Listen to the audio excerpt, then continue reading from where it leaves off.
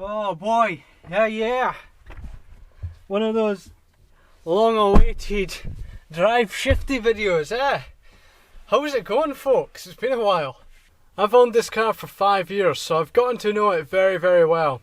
And yeah, I think there's my top 5 things you should do to a Yaris in order just to make them just that little bit better, because let's be honest, they're great, but there's some stuff we need to fix with it. Now, I've missed out the obvious stuff like seats, tyres, this, that. The standard Yaris that is not a T-Sport doesn't come with very good seats, and I've had to upgrade mine to these lovely T-Sport seats because the bolstering was doing, there was no bolstering in the old ones, and it was actually doing my back in. So yeah, I've upgraded to this, so put a nice set of tyres on. That's obvious stuff, really, isn't it? So the first thing I'm going to talk about is springs. Now, I think that the Yaris sits way too high from standard. It looks like a monster truck. So I think the best thing that you can do for that is invest in a set of lowering springs. The lowering springs will also help the fact of the Yaris's not great cornering. Let's be honest, it rolls. It rolls like a boat in a wavy ocean. Oh god, I just spotted some rust. So the body roll in the standard Yaris and the standard springs, you turn into the corner and it just goes... You feel yourself going out of the seats, basically. And that's not great. It's not good at all. So lowering springs will lower the car, make the car sit better, especially with the tain springs. Tain springs seem to just level out the car very nicely with the 35mm drop in the front and the 37mm drop in the back.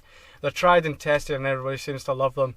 When you lower the car as well, you're getting better handling as well, because there's less roll for it to roll over, and you also compress the dampers a little bit, so they are already stiffer because they're already compressed, so there's less to compress basically, and it's harder, kind of gives you a stiffer ride.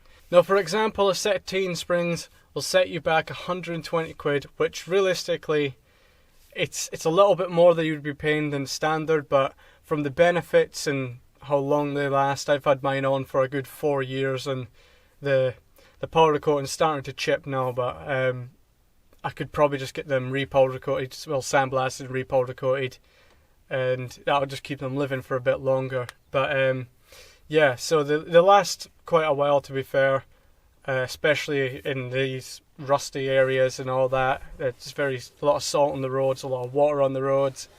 Winters are quite harsh. They tend to last. So yeah, I would recommend the teen springs. There are others obviously that you can go buying. For my second thing you should do to a Yaris, we've just talked about it. It's replacing your shock absorbers. These cars are old. This is an 05, which makes 14 years old right now at the point of this filming. It's probably going to come out next year by the time I get this edited. So yeah, this makes this car 14 years old, and it had 14-year-old dampers on it, which were blown, leaky, rusty. They just weren't great. So I went out, I replaced all 4 corners, I put some Bilsteins at the back, some KYBs at the front, and that has just stiffened up everything amazingly, and paired with those teen springs that I've got on this, the ride is actually really surprisingly, it's a lot stiffer and more comfortable because I'm not bouncing around the place. With your old shock absorbers in your car, you'll notice if you go over a bump, the front end will lift and then it'll compress back down, and then it'll start bouncing along, keep bouncing until it steadily stops. With brand new shock absorbers in, it'll go up, it'll compress, and then it won't bounce after it. That'll be it. All the drama will be over.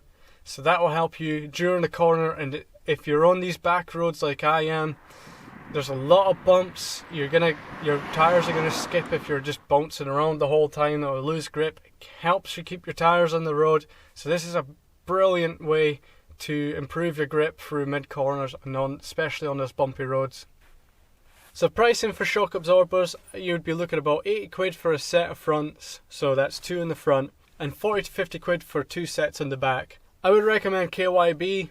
They seem to be pretty good. The Bilsteins I've got are pretty good as well, but I don't know, when I changed the fronts to the KYBs, they just felt a lot stiffer than the back end. The back end still felt a wee bit bouncy, but it's probably, if you want like a nice smooth ride, I would go with the Bilsteins. But the KYBs, everybody I've known that's had them has had quite a sturdy ride, and it's not been too bad. And remember, when I say it, they're stiffer, I'm not meaning they're coilover stiffer. They're still giving you a good comfortable ride. For my third thing, I would say it would be a good idea to replace and upgrade is the anti-roll bar links. On these Yarises, they're an MOT failure quite often. They just don't seem to last that long, with people reporting their standard ones not even lasting a year. It's often diagnosed with a knocking noise coming from the front kind of control arms. This is where the anti-roll bar links link up. But these bushers, they just seem to deteriorate, they don't last as long, so I would recommend upgrading to a set of poly ones.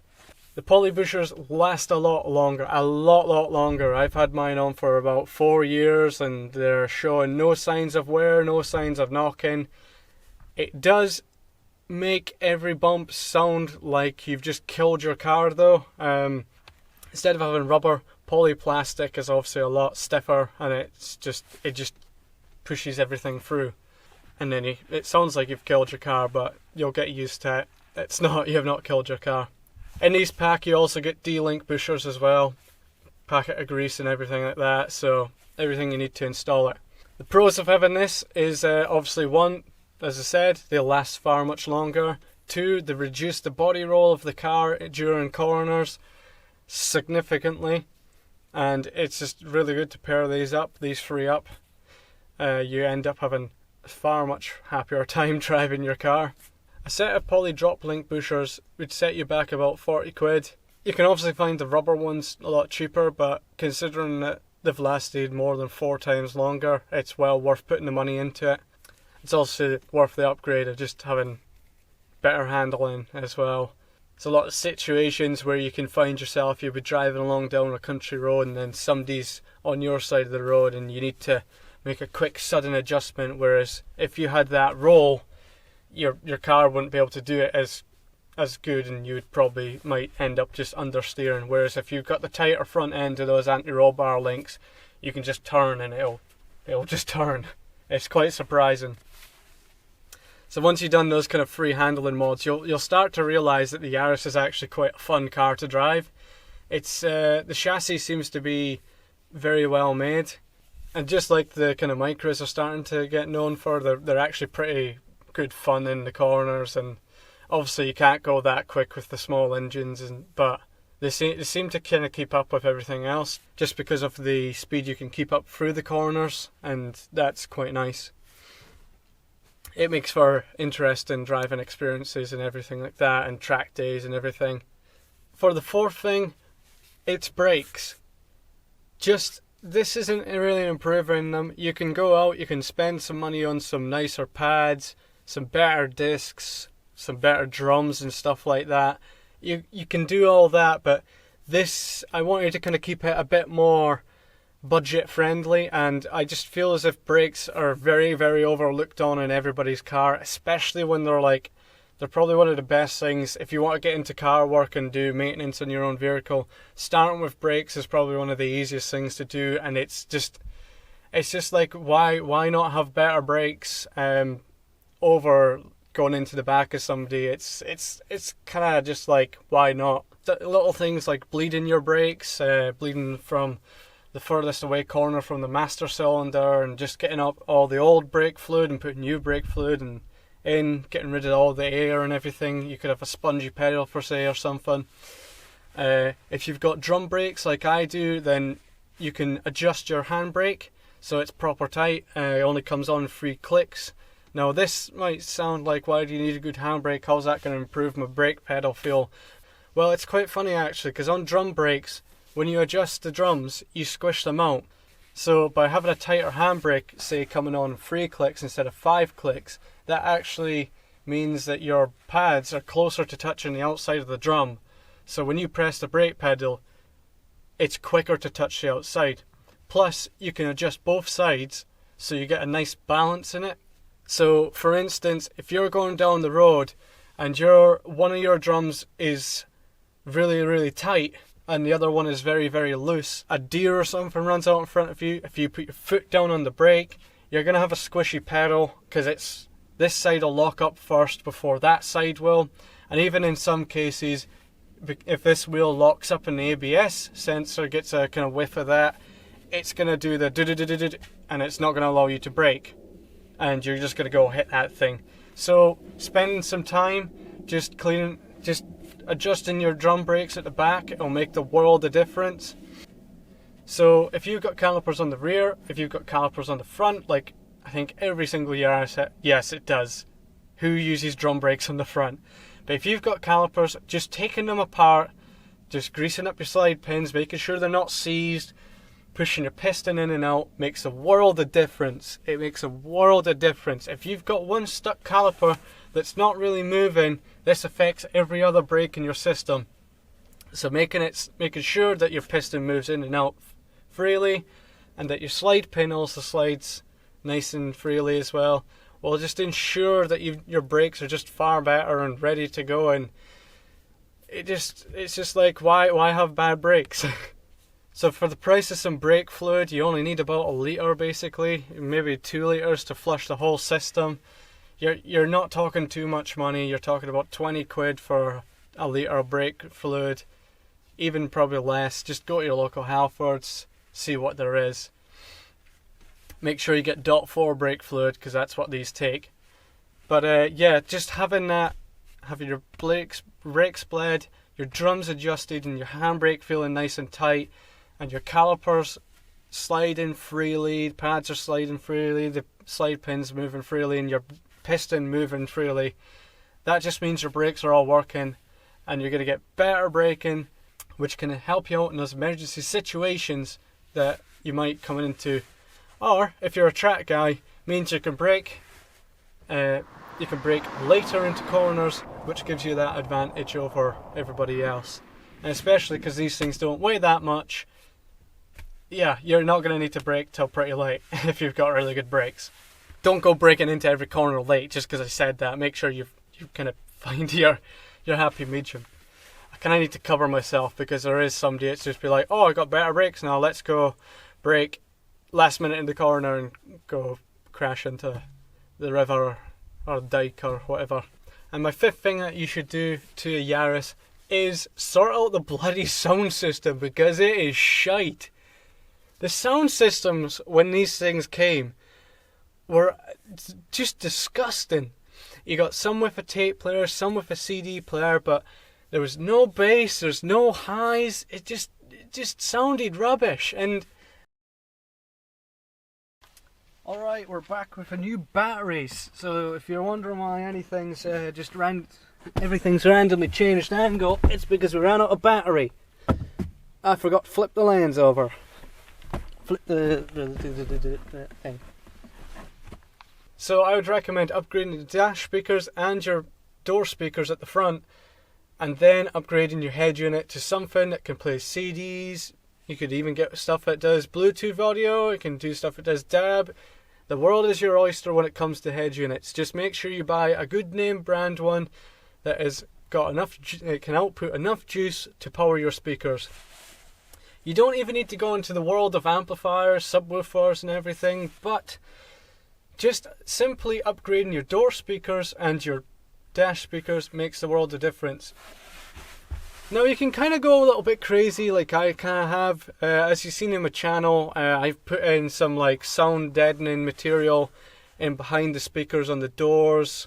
I actually upgraded some of the wires on the dash, so there was a bit more kind of power it could get through them, but I don't know how that works. But I guess if I was running an amplifier, which I am actually planning to do, it might work a bit better. You can also see right here this little thing that's held in with the bungee cable. This is my subwoofer. It just helps with the low notes and just makes everything sound, makes the car rumble. Not actually that great. It's a fully sealed unit, but it does the job, and I quite like my bass, so yeah, it helps. You'll also see on the dash that I've removed the grills and I've installed another speaker there. That smaller speaker is called a tweeter, and it helps with the highs. So if you're listening to a lot of hip hop and there's like bell noises like dee dee dee dee dee dee, you can hear those far more clear, along with voices and everything like that if you have a set of tweeters. Now what I've just done there is I just bought a set of component speakers, and I have installed the mid driver into my MR2 because it needed a new one. Then I took the crossover and the tweeter. So the crossover is a little box that separates the frequencies of noises. It sends the highs to the tweeter and the lows to the mid. So I've got it hooked up so my dash speaker only gets sent the mids, and my little tweeters get sent the highs. And having them kind of directed to either the middle of the car, or if you're selfish like me, to the driver of the car, you get a far clearer sound, and it really stops those screechy noises that comes bouncing off your windscreen from the dash speakers. It just makes everything sound so much clearer and nicer. I'd highly recommend that. If you wanted to go all out, which I am wanting to at some point, installing an amplifier and running your speakers off of those would make the sound far more clearer. Means you can input more juice to your speakers so they can pump out louder sounds and all that. But just keep in remember of other people around you. These things leak sound quite easily, so if you are going to go for a crazy build of noise and everything, make sure you get your rattles, and make sure you keep the noise inside your car by deadening it and putting in sound insulation and just keeping out all the road noise and stuff like that. There's a lot of stuff you can do in the world of sound audio, and it just depends how big your wallet is and how far you're willing to go. But because this is a budget, kind of themed around a budget episode, I'm just going to say upgrade your head unit, upgrade your speakers, because that doesn't cost much at all. You'll be looking at kind of like about 20 to 30 quid per set of speakers, so probably about 30 quid for door speakers and 20 quid for the dash speakers, and then anywhere from 50 quid to 130 will get you a decent enough head unit that can play all the sounds. For instance, my Kenwood cost me £110 and it does Bluetooth, DAB, everything like that, and there's plenty of kind of instructional videos online showing you how you can install these. Now I hope you find this video interesting. I am very cold right now because it's actually kind of like past summer into autumn, and I'm sitting in with no t-shirt on. I've got a t-shirt on, quite obviously. So I hope you found this video kind of interesting. It's been kind of fun to do. It's something I've been on my mind for a wee while to actually do, because I feel as if like on like the forums and stuff like that I'm on in the Facebook groups, you always get a lot of people of, I've just got my Yaris and it's brilliant, but what can I do to it? How can I make more power? And it's just like, well, okay, to starters, you're not going to make any power out of these things. These things are slow, and that's it, end of.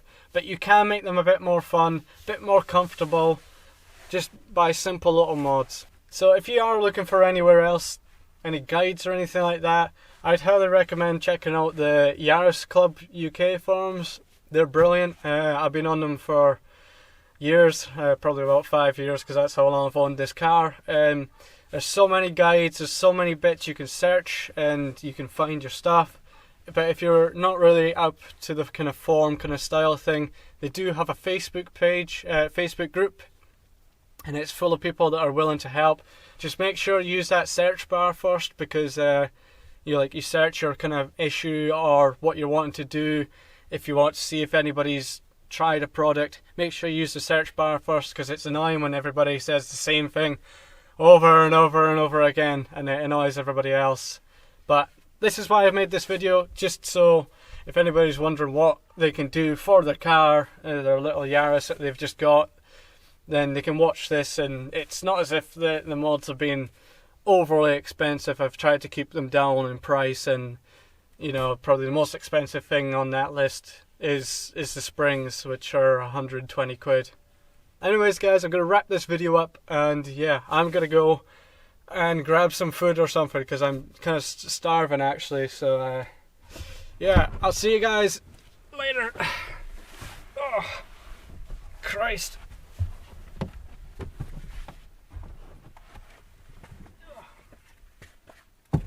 Also, I'd recommend removing your rear seat so you don't have to like drive anybody anywhere. Plus, it just makes doing stuff like this more fun, and you actually get like a little van. Yeah, peace.